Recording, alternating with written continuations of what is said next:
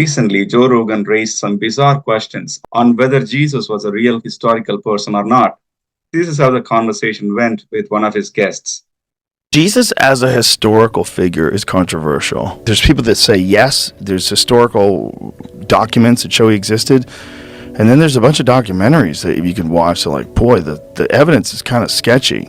It seems to be a thought, like a recurring thing in many religions. It seems to be like Hercules, right? It seems to be there's a bunch of these that are like real similar to that, like the child of a god. The Gospels that are written about Jesus were written after, right? Not during.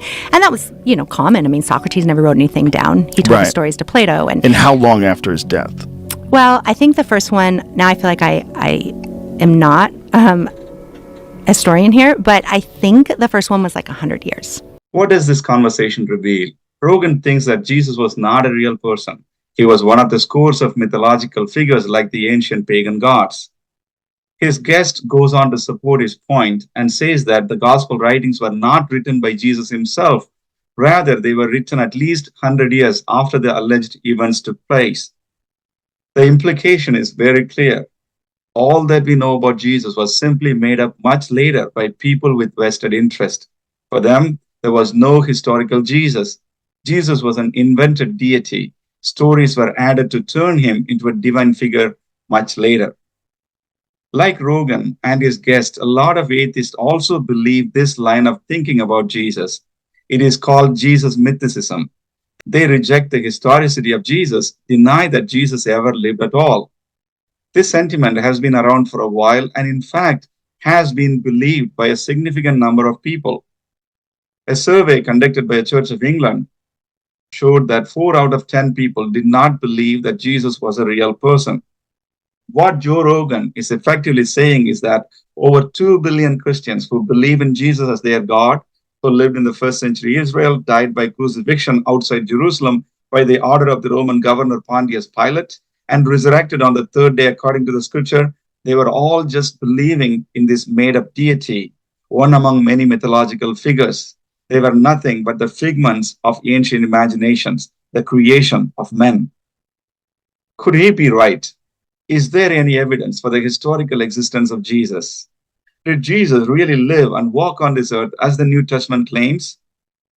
Or everything we know about Jesus were just made up? These are important questions with a lot of implications. In this episode, let's look at some of the strong evidence for the historical existence of Jesus outside the Bible, from 6 ancient Greco-Roman historical sources and 4 Jewish sources. Welcome to Discern Scripture YouTube channel. We post videos regularly on various topics that are related to the biblical world, its history, and its present relevance. We would really appreciate if you subscribe and help us reach a wider audience. Now, let's get on with the video. Greco-Roman historical sources on Jesus. Here I will present 6 Roman historical sources outside the Bible. What we hear from these historical sources corroborate the biblical data and affirm the historical existence of Jesus. First, let's look at Thallus, a historian and a writer from AD 50. Thallus was perhaps the earliest non-Christian writer to refer to Jesus. Most scholars date his works around AD 50. While Thallus' works have been lost, a fragment was quoted by Julius Africanus around AD 220. Now, Julius Africanus was one of the early church historians and a theologian. He was writing about the darkness that accompanied the crucifixion of Jesus. In that context, he made reference to the work of Thallus. Now, here is a quote. On the whole world, there pressed a most fearful darkness, and the rocks were rent by an earthquake, and many places in Judea and other districts were thrown down. In the 3rd book of his histories, Thallus called this darkness an eclipse of the sun, which seems to be wrong. As you can see, Thallus doesn't refer to Jesus by name. He only discussed the darkness that surrounded the land at the time of crucifixion. He denied its supernatural aspect. He said that the darkness was a result of a solar eclipse. And so Julius Africanus found it necessary to counter and clarify Thallus' claims. Julius argued that Thallus was wrong. His reasoning was pretty straightforward. At full moons, the solar eclipse is impossible. and Passover always comes during the full moon season. Therefore, the darkness around the death of Jesus didn't come from a solar eclipse. This way, Julius firmly established that it was a supernatural event, not a natural occurrence. In short, Thallus accepted that there was darkness at the time of Jesus' death, just like the Christian gospel writers. He simply explained it away by natural means. From this, we can conclude that Jesus' crucifixion was known outside of Christian circles in the Roman society, and that historians like Thallus felt it necessary to refute it, perhaps to stop it from gaining further popularity. Second, Bar Seraphion from AD 73. Bar Seraphion was a Syrian philosopher and a writer. His city was destroyed by the Romans who were occupying the land, and he himself was taken captive. From prison, he wrote a letter in Syriac to his son. The letter is known as the letter of Bar Seraphion, and he encourages his son to pursue wisdom. One of the notable aspects of this letter is its reference to the persecution of various philosophers and sages, including a brief mention of Jesus. Here is the quote. What else can we say when the wise are forcibly dragged off by the tyrants? Their wisdom is captured by insults, and their minds are oppressed and without defense. What advantage did the Athenians gain by murdering Socrates, for which they were repaid with famine and pestilence? Or the people of Samos by the burning of Pythagoras, because their country was completely covered in sand in just 1 hour? Or the Jews by killing their wise king, because their kingdom was taken away at that very time? God justly repaid the wisdom of these three men.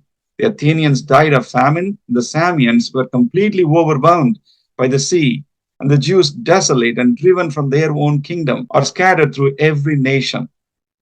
Socrates is not dead because of Plato, neither is Pythagoras because of the statue of Juno, nor is the wise king because of the new laws he laid down. While Jesus is not explicitly named, it is certain that Bar Seraphion is referring to Jesus as the wise king, whom the Jews rejected and killed. Remember, the title King of the Jews was once used by Pilate, the Roman soldiers, and even by Jews themselves in Mark chapter 15, verse 12. Moreover, the written note was placed above Jesus when he was crucified, which was seen by all. It read, Jesus of Nazareth, the King of the Jews, John chapter 19, verse 19. It does appear that this was a commonly known title by which Jesus was known in the first century, beyond the regions of Judea. In short, what does this reference tell us? Jesus was a wise and influential man who suffered and died for his beliefs. Jewish leadership was somehow responsible for Jesus' death. Jesus' followers adopted his beliefs and lived their lives accordingly. And these facts were known to the philosophers beyond the borders of the ancient Judea. Scholars like Bar Seraphion from Syria took note of it. Third, Pliny the Younger, AD 112. Pliny the Younger was a Roman governor of Bithynia. He wrote to Emperor Trajan asking for advice on how to deal with the Christians whom he was persecuting. In Book 10, Letter 96, he describes his procedure to Trajan. Here he talks about Christians and some of their practices. On a stated day, they had been accustomed to meet beyond daybreak and to recite a hymn among themselves to Christ, as though he were a god, and that so far from binding themselves by oath to commit any crime, their oath was to abstain from theft, robbery, adultery, and from breach of faith, and not to deny trust money placed in their keeping when called upon to deliver it. Pliny's letter reveals that Christ was a real historical figure, and the Roman magistrates were attempting to get the Christians to curse the name of Christ. It also demonstrates that the Christians at that time believed in the divinity of Jesus and were meeting weekly to worship him.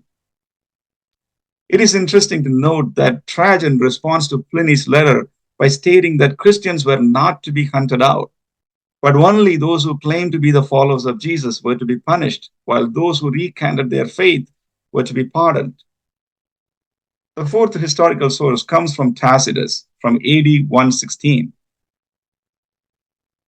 Tacitus was a meticulous Roman historian. He wrote two major works, the Histories, covering the Roman Empire from AD 69 to 96, and the Annals, covering the period from 14 to 68 AD. In his Annals, Tacitus writes about Christ and Christians, while he was describing the events around the Great Fire of Rome in AD 64 and the people who are responsible for it. This is what he says. Consequently, to get rid of the report, Nero fastened the guilt and inflicted the most exquisite tortures on a class hated for their abominations, called Christians by the populace. Christus, from whom the name had its origin, suffered the extreme penalty during the reign of Tiberius at the hands of one of our procurators, Pontius Pilate, and a most mischievous superstition, thus checked for the moment, again broke out not only in Judea, the first source of the evil, but even in Rome, where all things hideous and shameful from every part of the world find their center and become popular. This passage is of great importance to the biblical scholars for several reasons. Tacitus is seen as an independent source. There does not seem to be any literary or oral dependence between his description and the gospel accounts. Also, this reference by Tacitus affirms numerous details about Jesus, that Jesus was called Christus, including his historicity, his death under Pontius Pilate, and the persecution of his disciples. Furthermore, by describing the mischievous superstition, Tacitus may be referring to the belief of early disciples that Jesus had risen from the dead.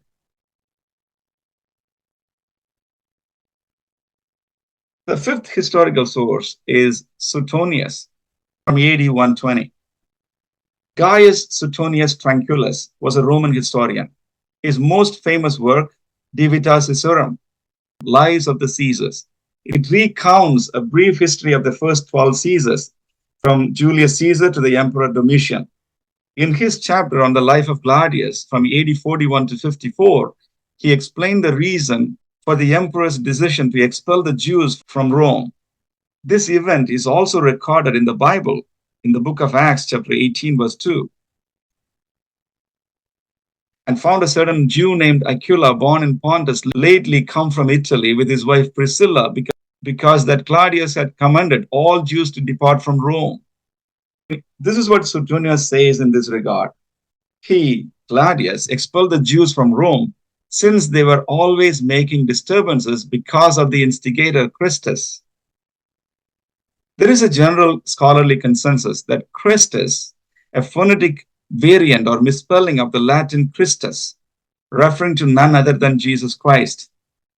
Suetonius' reference demonstrates that within 100 years of the life of Jesus, he was known to have existed. Even the Roman historians noted that he was popular and a controversial figure who caused disturbances among the Jews during the reign of Claudius, affirming the biblical record. The next historical source, Lucian of Samosata, AD 166. Lucian of Samosata was a famous Greek satirist. He referred to Jesus in his work, The Death of Peregrine, which was written sometimes after AD 165. In it, he mocks Christians and says this: the Christians, worship a man to this day, a distinguished personage who introduced their novel rites and was crucified on that account. You see, these misguided creatures taught with a general conviction that they are immortal for all time, which explains the contempt of death and voluntary self-devotion which are common among them. And then it was impressed on them by their original lawgiver that they are all brothers from the moment that they are converted, and deny the gods of Greece and worship the crucified sage and live after his laws. This statement by Lucian comes from the middle of the 2nd century. He acknowledges three significant historical facts. Jesus was crucified. His followers were converted and considered themselves spiritual brothers and sisters. And Jesus' followers worshipped him as God. Now let's turn our attention to the Jewish sources on the historicity of Jesus. I will list 4 non-biblical Jewish sources: Josephus, Trypho, Babylonian Talmud, Toledot of Yeshu. Josephus' work comes from the 1st century and Trypho comes from the 2nd century, and the 2 other sources come from around 6th century AD or later. All of them treat Jesus as historical person. First, Josephus from AD 93. Josephus, a Jewish Roman historian, gives us one of the most important references to Jesus. He included a famous reference to Jesus in his work, Antiquities of the Jews. Now, many might consider this as a later Christian interpolation into the text of Josephus. The scholarly consensus is that while this passage may have been altered somewhat, it still retains an authentic reference to Jesus at its core. Importantly, in the 1970s, an Arabic version of Josephus' work containing this very passage was discovered and published. This is how the quote reads. At this time, there was a wise man who was called Jesus, and his conduct was good, and he was known to be virtuous, and many people from among the Jews and the other nations became his disciples. Pilate condemned him to be crucified to die, and those who had become his disciples did not abandon his discipleship. They reported that he had appeared to them 3 days after his crucifixion and that he was alive. Josephus also refers to Jesus a second time while describing the death of James, the brother of Jesus, who was called Christ. From these references, it is clear Josephus accepted the existence of Jesus as historical and real. According to him, Jesus was called Christ and his conduct was good. He acknowledges that Jesus was crucified by Pilate and that many people became his disciples, spreading the news of his resurrection. Josephus had absolutely no doubt on the historical existence of Jesus. The second Jewish source is Trypho, the Jew from AD 155. Dialogue with Trypho is a book written by Justin Martyr in the mid-2nd century AD. Justin Martyr debated Trypho, a Jewish scholar. Trypho comes up with several objections for the claim that Jesus was the Messiah. Here's a quote from chapter 32 of Dialogue with Trypho. And when I had ceased, Trypho said, these and such like scriptures, sir, compel us to wait for him who, as Son of Man, receives from the Ancient of Days the everlasting kingdom. But this so-called Christ of yours was dishonorable and inglorious, so much so that the last curse contained in the law of God fell on him, for he was crucified. In this quote, Trypho acknowledged that Jesus was crucified because of the curse from the law of God fell on him. Though he argues in a hostile manner, his criticism remains consistent with what we know from the gospel accounts on the manner of Jesus' death by Roman crucifixion. The next Jewish source is the Babylonian Talmud from 6th century AD. The Talmud is a central text of rabbinic Judaism. There is a Jerusalem Talmud and the Babylonian Talmud. The compilation of the Babylonian Talmud took place primarily in the academies of Babylon, modern-day Iraq, by 6th century AD. And it makes reference to Jesus in few places, all of them in a hostile manner. Sanhedrin 43a is one of the most well-known passages in Talmud where Jesus is mentioned. It relates to the trial and execution of the sorcerer named Jesus, Yeshu in Hebrew. The sorcerer was stoned and hanged on the eve of the Passover. Here is the quote. On Passover Eve, they hung the corpse of Jesus the Nazarene after they killed him by the way of stoning. And a crier went out before him for 40 days, publicly proclaiming, Jesus the Nazarene is going out to be stoned because he practiced sorcery, incited people to idol worship, and led the Jewish people astray. This passage notes that Jesus was hung on the Passover Eve on the charges of sorcery, meaning he healed people and performed miracles. He was accused of inciting people to idol worship, meaning he allowed his followers to worship him as God.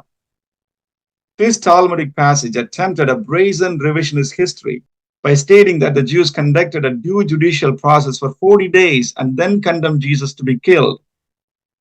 In reality, they condemned Jesus on the same night of his arrest and handed him over to be crucified by the Romans the very next morning. There are a few other passages in Talmud that refers to Jesus as well, with usual Jewish distortions. Sanhedrin 107 tells about how Jesus went on to worship idol, and Gideon 56b and 57a narrates the story of Jesus' punishment in afterlife for his sin of idolatry. All these stories were made up to distort and desecrate the memory of Jesus. Talmud called Jesus as Yeshu instead of Yeshua. The Jewish name Yeshu was meant to be a slur, meaning, may his name be blotted out.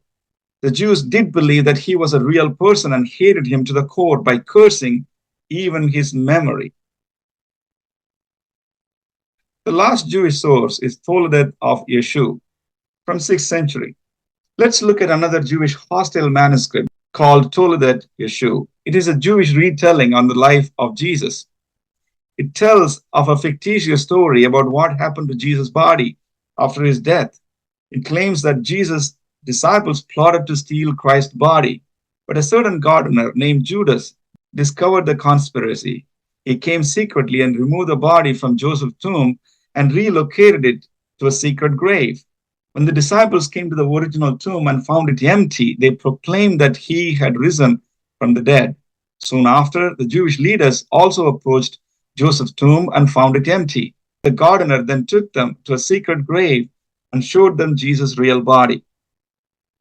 Remember, this was composed 5 centuries after the events took place. It echoes an earlier Jewish tradition that was widespread among the Jews after the resurrection of Jesus Christ in Matthew chapter 28, verse 11 to 15. This manuscript, despite its anti-Christian tone, is a strong hostile witness for Christ's death by crucifixion and his burial in the tomb of Joseph and early Christian belief in resurrection. The book does not deny the historicity of Jesus, but only provide an alternative explanation and denies the explanation provided by his disciples. Here is an assessment. As we have seen, most of the classical Greco-Roman sources and the Jewish sources are all hostile witnesses to Jesus. They are not favorable witnesses, they are hostile witnesses. We can establish these following 10 facts about Jesus just from reading the extra biblical sources about Jesus. Jesus was a popular teacher or a sage. Josephus and Bar Seraphion makes reference to it.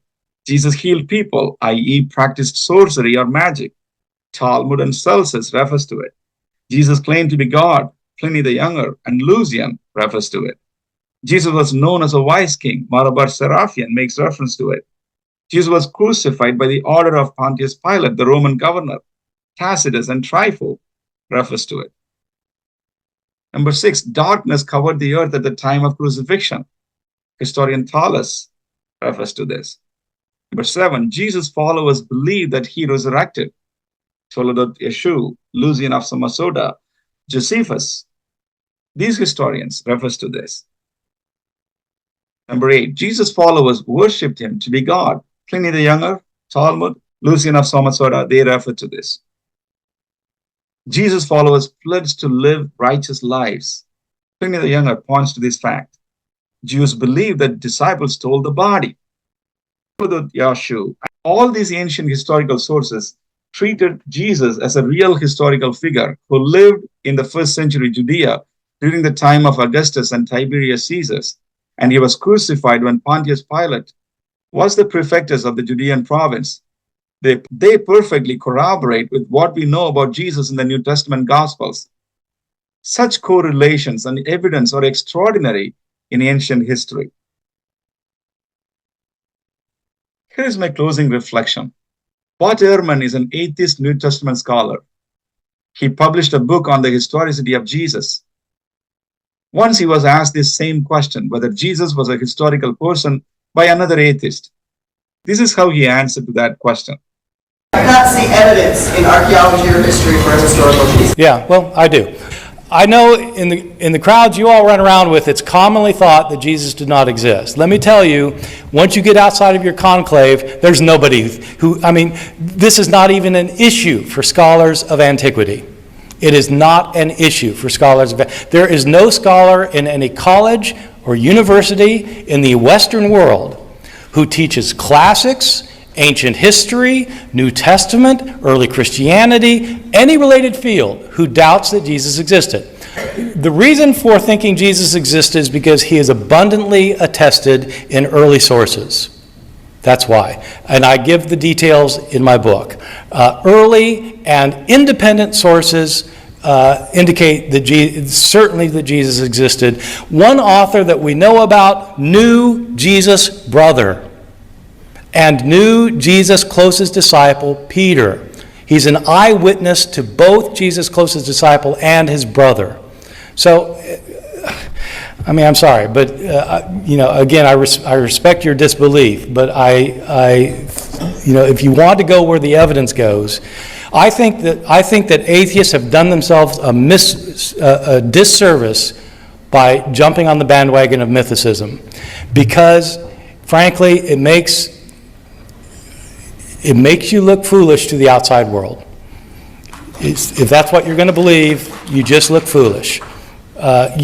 You are much better off going with historical evidence and arguing historically, rather than coming up with the theory that Jesus didn't exist. Most of Jesus' mythicist narrative was promoted by New Age writers such as D.M. Murdoch. Her 1999 book, Christ Conspiracy, the Greatest Story Ever Sold, pushed these stories about Jesus as a mythical figure. No wonder people like Joe Rogan, with their earlier roots in the New Age practices, just absorb these mythical views about Jesus and try to push this ahistorical narrative in the media to his followers. When someone asks whether Jesus really existed out of genuine curiosity, these historical sources and evidences might help them to come to a reasonable conclusion on the historical existence of Jesus Christ. However, people like Joe Rogan, even after hearing about all these evidences, are still unwilling to change their attitude. In fact, several people in his podcast have spoken convincingly about Jesus. He had an interesting conversation with Dr. Stephen Myers on the question of the historicity of resurrection. You can check, and I will add the link in the description. The question of the historical existence of Jesus is easily established in the light of available evidence from non-Christian external sources as well as early Christian sources, including the Christian Gospels. The problem is not the lack of evidence. It is much deeper. It's spiritual. In 2 Corinthians chapter 4, verse 4, Apostle Paul says this: "The God of this age has blinded the minds of unbelievers so that they cannot see the light of the gospel that displays the glory of Christ, who is the image of God." The most important question we must ask is not, did he live? But how did he live? Not, did he come into the world? Why did Jesus come into this world? If at all we question, we must probe the significance of his birth, the extraordinary impact of his exemplary life, his death on the cross, his glorious resurrection, and his implication for our world. Jesus himself said that I have come to seek and save the lost in Luke chapter 19, verse 10. The apostles taught the same in 1 Timothy chapter 1, verse 15. Christ Jesus came into this world to save sinners. His death was for our redemption. But God shows his love for us in that while we were sinners, Christ died for us. Romans 5:8. Yes, he was willing to take the humiliation of the cross out of his divine love, but death could not hold him. And he resurrected on the third day, and he lives exalted forever. Perhaps this is the most important thing to remember. Let's not think of Jesus Christ as someone who lived 2,000 years ago, but he continues to live today as risen Lord. He not only touched and changed the lives of people in the first century, but also touches and changes the lives of millions of individuals around the world. He's not someone to study as an object of scientific curiosity. Rather, he's a person to commune with, to walk with, and receive the grace to live God-honoring lives in this world that is infested with sin and myriads of problems. May we invite him to come into our hearts and fill it with divine peace, abundant joy, true freedom, and eternal hope.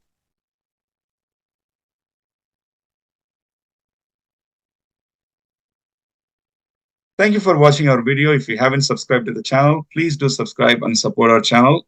Also, please leave your thoughts and questions in the comment section below. God bless you all. Shalom.